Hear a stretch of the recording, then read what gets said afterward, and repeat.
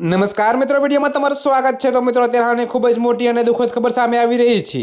ત્યારે મિત્રો તમને જણાવી દઈએ કે પિતાના સાથે પુત્રનું કરુણ મોત। જી હા મિત્રો, જો કે તમને વિગતવાર જણાવી દઈએ કે કડીના ઇન્દ્રાડ ગામની કંપનીમાં પિતાની નજર સામે જ 19 વર્ષીય પુત્રનું કમકમાટીભર્યું મોત નીપજ્યું છે।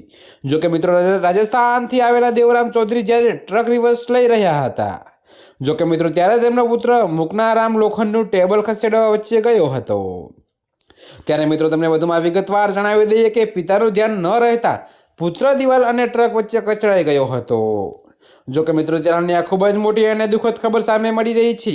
ત્યારે મિત્રો આ હૃદયદ્રાવક ઘટના સીસીટીવીમાં કેદ થઈ છે।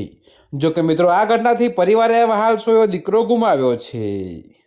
ત્યારે મિત્રો અત્યારે હાલ માટે આટલું જ। મળીશું નવી અપડેટ સાથે। અને જો તમને મારા વિડીયો પસંદ આવતા હોય તો વિડીયોને લાઇક, કોમેન્ટ, શેર અને અમારી ચેનલને સબસ્ક્રાઈબ કરવાનું ભૂલતા નહીં મિત્રો।